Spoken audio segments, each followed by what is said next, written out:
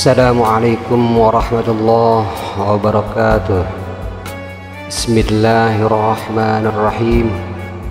Alhamdulillahi rabbil alamin. Nahmaduhu wa nasta'inuhu wa nastaghfiruh. Allahumma salli wa sallim wa barik ala sayyidina Muhammad wa ala alihi wa sahbihi ajma'in. Allahumma alhimna ilman afqahu bihi awamirak wa nawahika warzuqna fahman a'lamu bihi kaifa unajik ya arhamar rahimin. Allahumma arzuqna fahman nabiyyin wa hifdzal mursalin wa ilhamal malaikatal muqarrabin bi rahmatika ya arhamar rahimin. Allahumma akrimna binuril faham wa akhrijna min zulumatil waham waftah lana abwaab rahmatik wa anshur alaina min khazaini ilmik ya arhamar rahimin. Allahumma zidna ilman wa wasi' fi rizqana wa barik lana fi ma razaqtana waj'alna mahbuban fi qulubi ibadik wa azizan fi ayunihim waj'alna wajihan fid dunya wal akhirah wa minal muqarrabin ya kafiran nawar wa ya hasanar fi'ar wa ya qa'iman bila zawar ya mubdi'an bila mithal falakal hamdu wal minnah wa syaraf ala kulli hal walhamdulillahi rabbil alamin. Assalamualaikum warahmatullahi ta'ala wabarakatuh. A'udzu billahi minasyaitonir rajim. Bismillahirrahmanirrahim. Alhamdulillahirabbil alamin. Wassalatu wassalamu ala asyrafil anbiya'i wal mursalin sayyidina wa maulana Muhammadin sallallahu alaihi wasallam wa ala alihi wa sahbihi ajma'in, amma ba'd. Alhamdulillah, kita berjumpa kembali bersama JSNH Channel. Semoga para mustami' senantiasa sehat walafiat, dan semoga Allah Ta'ala melimpahkan rahmat dan maghfirahnya serta melancarkan berbagai urusan-urusan para mustami'. Amin ya Allah ya Rabbal Alamin. Baik, perjumpaan kita kali ini insyaallah akan memutalaah tentang Fathur Rabbani karya sosok agung Syekh Abdul Qadir Jailani Qaddasallahu sirah. Perjumpaan kita kali ini di dalam mutalaah kitab Fathur Rabbani bertemakan bertaubat. Sosok agung Syekh Abdul Qadir Jailani mengatakan, menyitir sabda Rasulullah sallallahu alaihi wasallam, ma futiha lahu babum minal khair wal yantahizhu fa innahu la yadri mata yughlaqu anhu. Barang siapa yang dibukakan pintu kebaikan baginya, maka segeralah ia mempergunakan kesempatan tersebut, sebab ia tidak akan tahu kapan pintu itu akan ditutup darinya. Hadis riwayat Al-Hindi di dalam kitab Kanzul Umal, dan Imam Al-Haythami di dalam Mawarid Ad-Dham'an, kemudian Al-Iraqi di dalam Al-Mughni, dan Amli Al-Ashfar.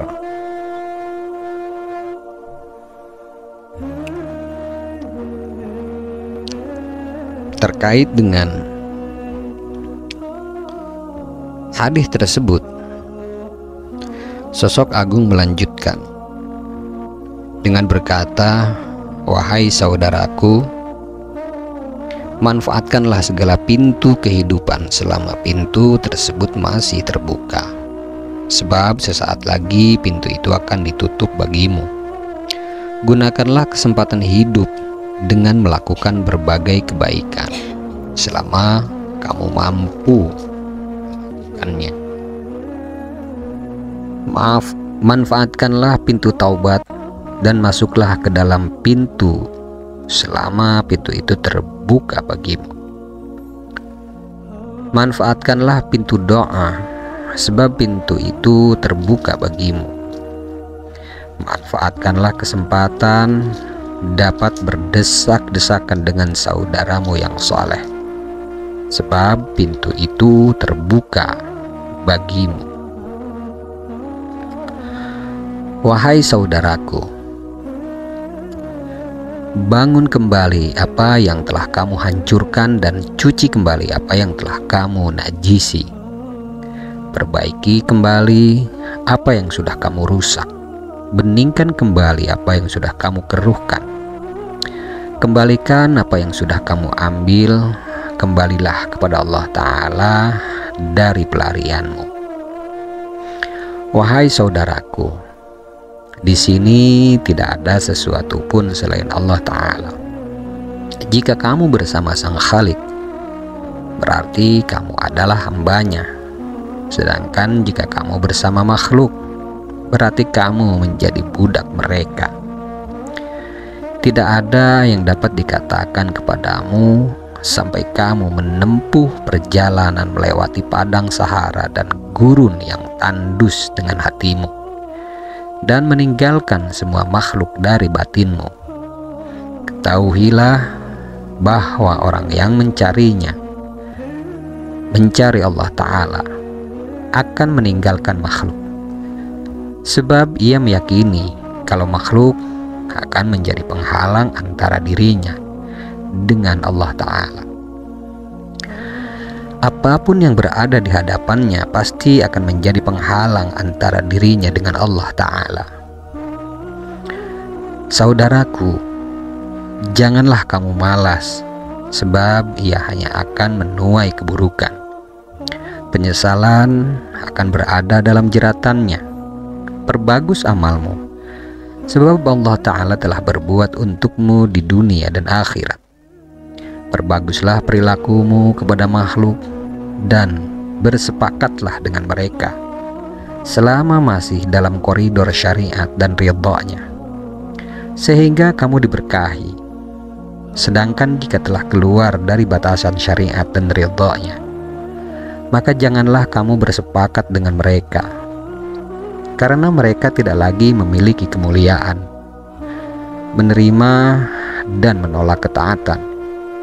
Menurut para sufi dan orang-orang pilihan, adalah tanda-tanda beriman tidaknya seseorang. Pasanglah jaring doa dan kembalilah kepada perasaan ridha. Jangan biarkan lisan dan hatimu menentang Allah Ta'ala. Di hari kiamat nanti, manusia akan diingatkan kembali oleh berbagai kebaikan dan keburukan yang telah diperbuatnya saat berada di dunia. Sedangkan di sisi lain, penyesalan di sana tiada berguna lagi. Mengingat Allah Ta'ala pada saat sudah di akhirat tidak akan lagi bermanfaat dibanding dengan mengingatnya pada saat ini di dunia. Sebelum kematian menjemput, mengingat kembali tanaman dan biji-bijian di waktu panen tidak akan lagi bermanfaat. Rasulullah SAW bersabda, "Ad-dunya mazra'atul akhirah. Faman zara'a khairan hasada gimtah.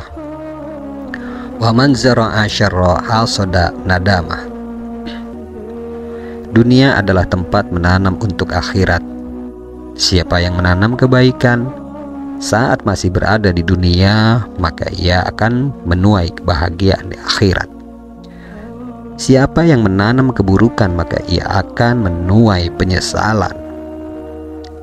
Ketika kematian menjemputmu, kamu baru tersadar pada saat kesadaran tersebut tidak bermanfaat lagi bagimu.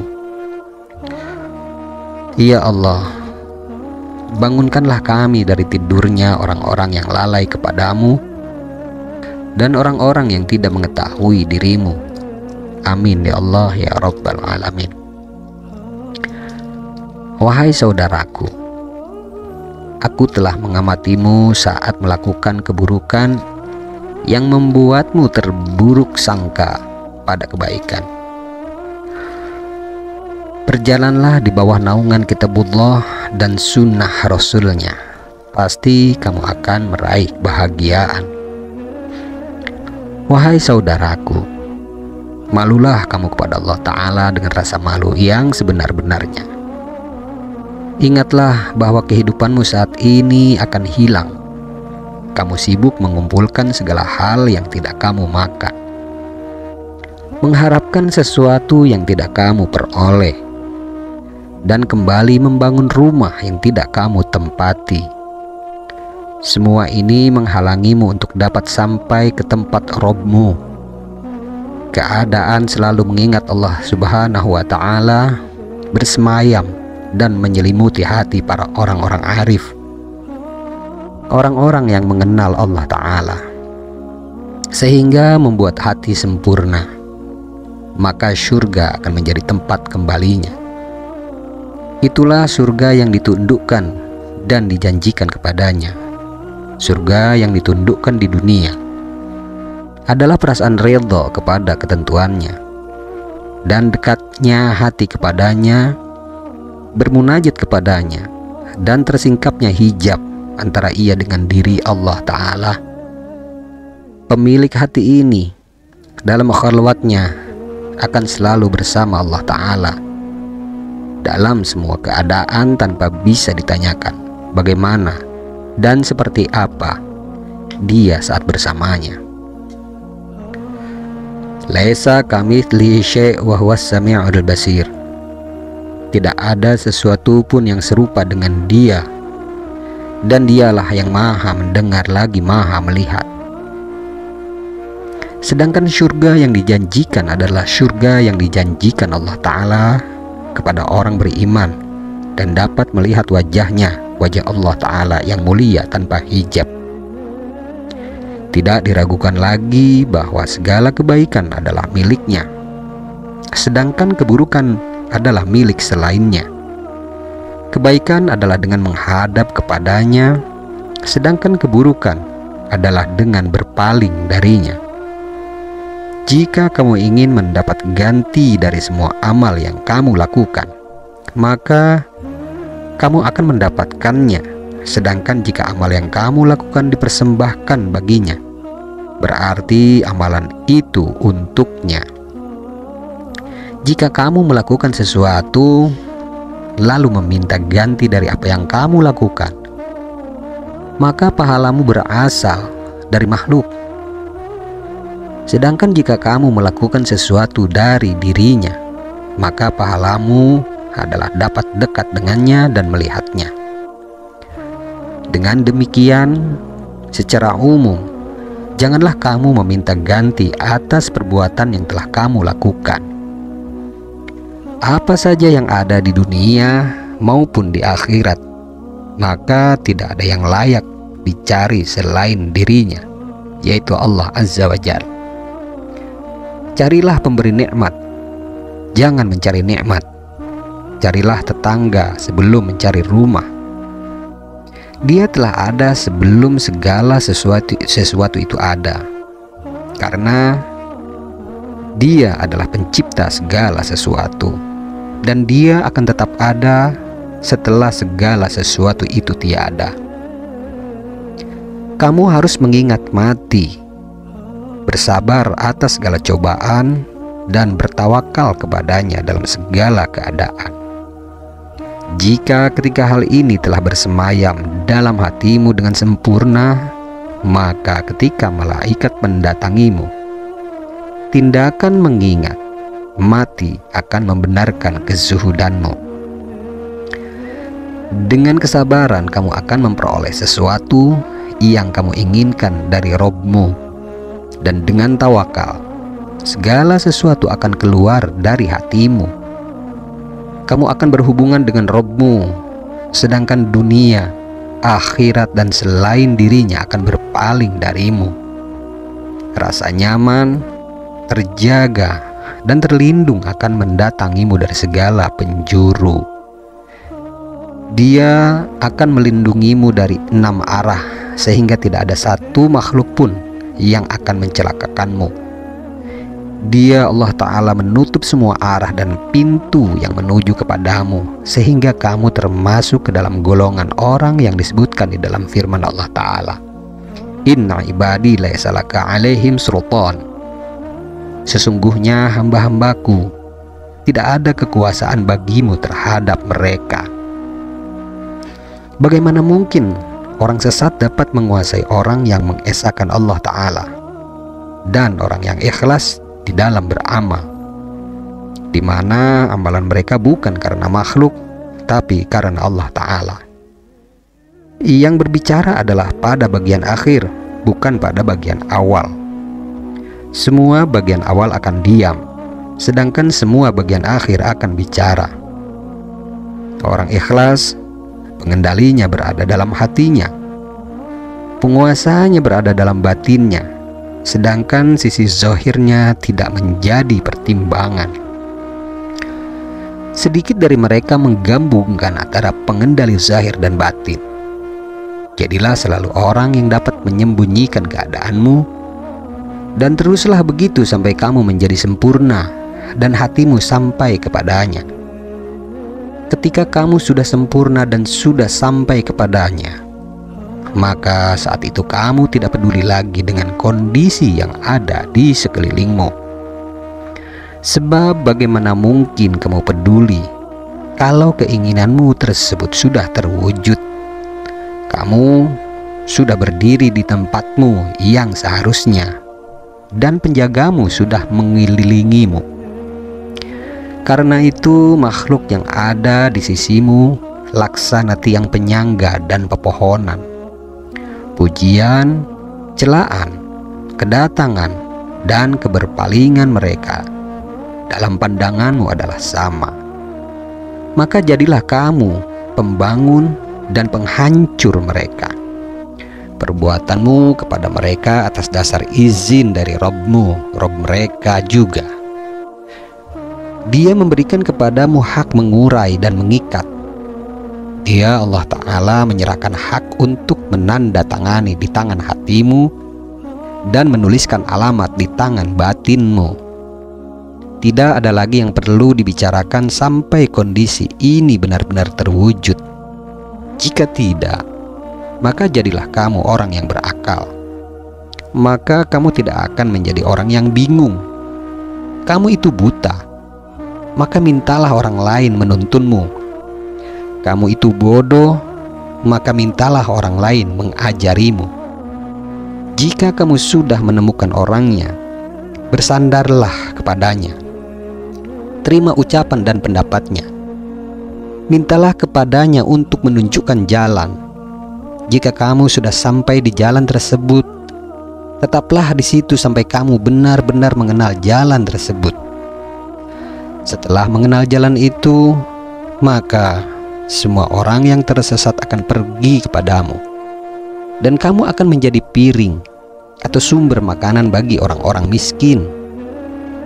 Di antara bentuk keluhuran budi adalah menjaga rahasia Allah Ta'ala dan bersikap kepada manusia dengan akhlak yang baik. Di mana posisimu di antara orang yang mencari Allah dan yang mencari ridha-Nya? Dengan orang yang mencari selain Allah? Bukankah kamu mendengar firman Allah Ta'ala, minkum mayuridud dunya wa minkum mayuridul akhirah? Di antaramu ada orang yang menghendaki dunia, dan di antara kamu ada orang yang menghendaki akhirat. Di tempat lain Allah Ta'ala berfirman, yuridu wajhah, sedangkan mereka menghendaki keridhaan Allah Ta'ala. Kebahagiaan nasibmu didatangkan oleh tangan kecemburuan yang kamu bersihkan dari tangan semua orang yang menginginkan selain Allah Ta'ala.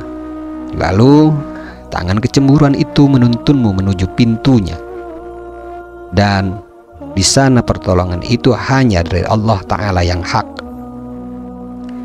Jika kamu sudah mencapai taraf ini dengan sempurna, maka dunia dan akhirat akan mendatangimu dengan tertunduk dan patuh, tanpa menimbulkan bahaya maupun kesulitan.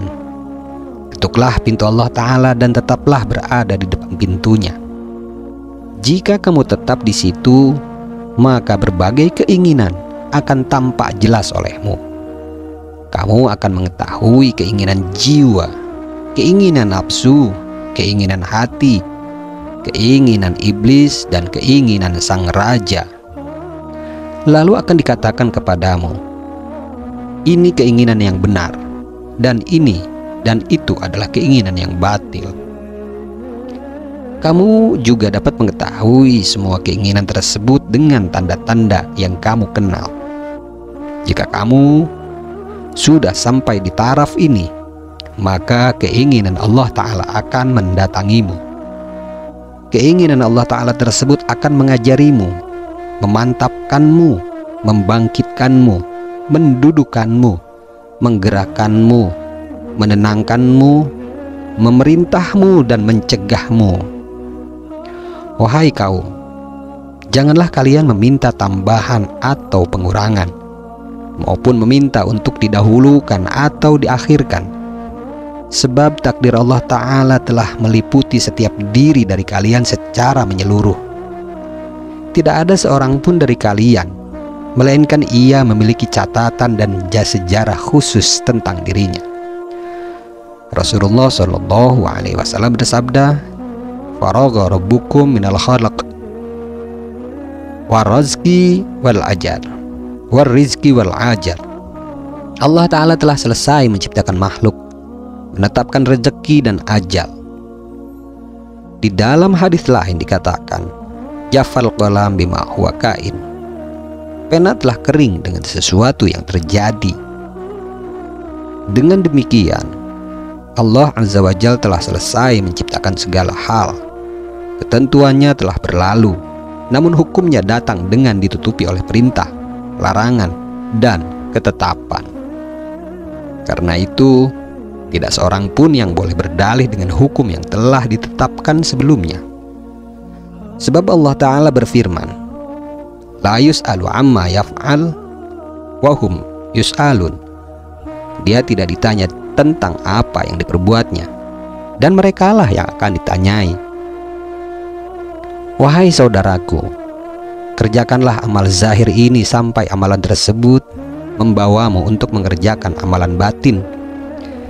Jika kamu telah mengerjakan amalan zahir ini, maka kondisi ini akan mendorongmu untuk memahami amalan batin. Hal pertama yang akan dipahami adalah batinmu, lalu hatimu memenuhi jiwamu, lalu jiwamu memenuhi lisanmu, dan lisanmu memenuhi kebutuhan seluruh manusia, di mana hal ini sampai kepada mereka demi kebaikan dan kemanfaatan mereka sendiri. Beruntunglah dirimu jika kamu mengakui Allah Azza wa Jalla dan mencintainya. Namun kamu akan celaka jika hanya mengaku mencintainya, tetapi tidak melaksanakan semua aturannya. Tahukah kamu bahwa mencintainya itu memiliki beberapa syarat?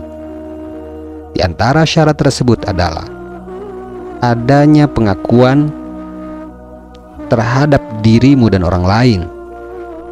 Kamu tidak bersimpuh kepada selain Allah Ta'ala. Kamu terbiasa dengan Allah Ta'ala dan tidak merasa asing saat bersama Allah Ta'ala. Jika rasa cinta kepada Allah Ta'ala telah bersemayam dalam hati seorang hamba, ia akan merasa rindu kepada Allah Ta'ala dan membenci segala hal yang memalingkan dirinya dari Allah Ta'ala. Maka dari itu, bertaubatlah dari pengakuanmu yang dusta. Masalah ini, yaitu masalah rasa mencintai Allah Ta'ala, tidak akan datang hanya dengan mengasingkan diri, tidak akan datang hanya dengan pengharapan, kedustaan, kemunafikan, dan kepura-puraan. Bertaubat dan teguhlah dalam pertaubatanmu, sebab sikap pertaubatanmu tidak sama dengan sikap keteguhanmu di dalam bertaubat. Kondisimu saat menanam tidaklah sama dengan kondisimu saat memelihara dan memetik buah dari tanamanmu. Tetaplah berada di jalan Allah Ta'ala dalam situasi senang maupun susah, fakir maupun kaya, sulit maupun lapang, sakit maupun sehat, baik ataupun buruk, dan dalam kondisi memberi maupun tidak memberi. Aku tidak melihat ada obat bagi kalian selain berserah diri kepada Allah Ta'ala. Jika Allah Ta'ala telah menentukan sesuatu bagi kalian, janganlah kalian menjauh dari Allah Ta'ala, mempermasalahkan ketentuannya. Jangan meragukannya dan jangan yang berprasangka tidak baik kepadanya, sebab semua tindakan itu malah akan semakin menambah penderitaanmu. Sebaliknya, kamu harus bersikap tenang, bersikap diam dan lemah. Tetaplah berada di hadapan Allah Ta'ala dan tunggulah apa yang akan dilakukan Allah Ta'ala kepada kalian. Maka kalian akan mendapatkan kebahagiaan atas perubahan dan pergantian yang dilakukan Allah Ta'ala. Jika kamu tetap bersama Allah Ta'ala dalam kondisi seperti ini, pasti kamu tidak akan merasa asing dalam mencintainya dan malah akan mengesahkannya dengan penuh kebahagiaan. Rabbana atina fid dunya hasanah wa fil akhirati hasanah wa qina adzabannar. Demikian mutalaah kita kali ini tentang bertaubat dalam kitab Fathur Rabbani Syekh Abdul Qadir Jailani Qaddasallahu sirah. Semoga bermanfaat. Jika ada kata-kata saya yang salah, maka hal tersebut berasal dari kebodohan saya, dan saya memohon ampunan kepada Allah Ta'ala. Akan tetapi jika ada kebenaran di dalamnya, maka kebenaran tersebut mutlak berasal dari Allah Ta'ala, bukan berasal dari diri saya pribadi. Insya Allah kita akan berjumpa kembali pada segmen yang lain. Wabillahi taufiq wal hidayah. Wassalamualaikum warahmatullahi ta'ala wabarakatuh. Bismillahirrahmanirrahim. Allahumma inna nastauda'nak ma qara'nah wa ma katsabnah wa ma sami'nah. Allahumma ya alim ya alim ya alim, adlimna min ilmik wa afhimna ank wa asmi'na mink wa basirna bik wa aqimna bi syuhudik wa arifna at-tariqa ilaik wa hawinha alaina bi fadlik wa albisna libasat taqwa minka wa laka innaka ala kulli syai'in qadir walhamdulillahi rabbil alamin. Bismillahirrahmanirrahim. Subhanakallahumma wa bihamdik asyhadu an la ilaha illa ant astaghfiruka wa atubu ilaih. Subhana rabbika rabbil izzati amma yasifun wa salamun alal mursalin walhamdulillahi rabbil alamin.